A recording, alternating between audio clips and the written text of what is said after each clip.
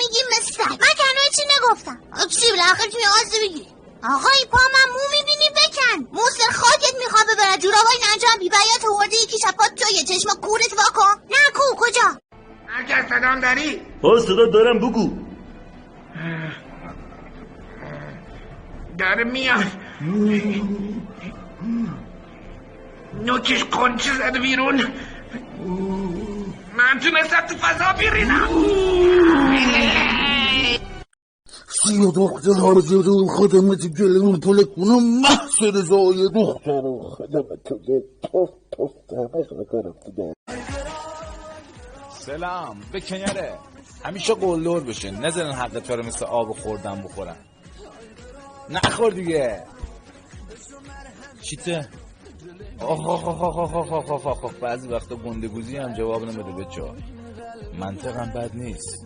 سلامتی و کسایی که تو گندگوزی هاشن شکست خوردن ایرمو خورم پانو خورم تموم بشه بره. این همه ما باشگاه رفتیم خیلی سر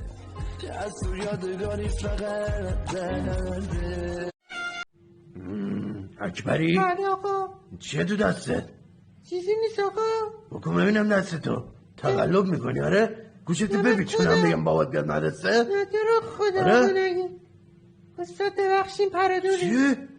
بچه برو دستتو میکنی تو حلق من؟ محمد بل نکنی ها جون مادری چرا بلد نیستم بل نکن. اومای گود وای بلد شدم محمد. دستی در نکنه محمد تو بهترینی. این هواپیما هم یه جوریه که من فکر میکنم خیلی بالا. انقدر بالا که معلوم نمیشه کجا.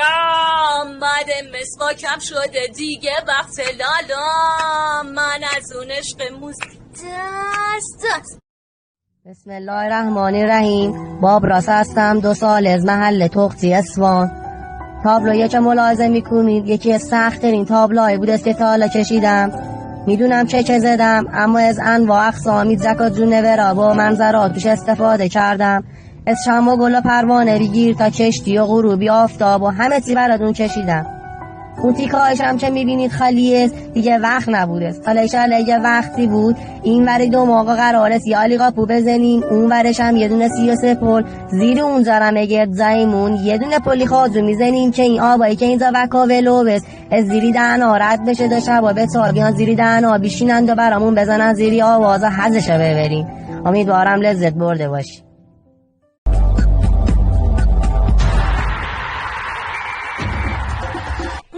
با سلام و چطورید خدمت شما بینندگان عزیز. دیدار بین 2 تیم در همان وسط زمین بدون تهدید بر روی دروازه تمام شد. قسمتی از این بازی اینها. سانچز رو توپو 10 دست گرفته میفته و در این سمت زمین به این شکل بازیکن شماره 11 بالاخره اون هم نمیتونه سانچز برمیگرده و بازیکن شماره 8 رو میبینید که از این ور دوباره بالاخره اگوره وگوره خداحافظ.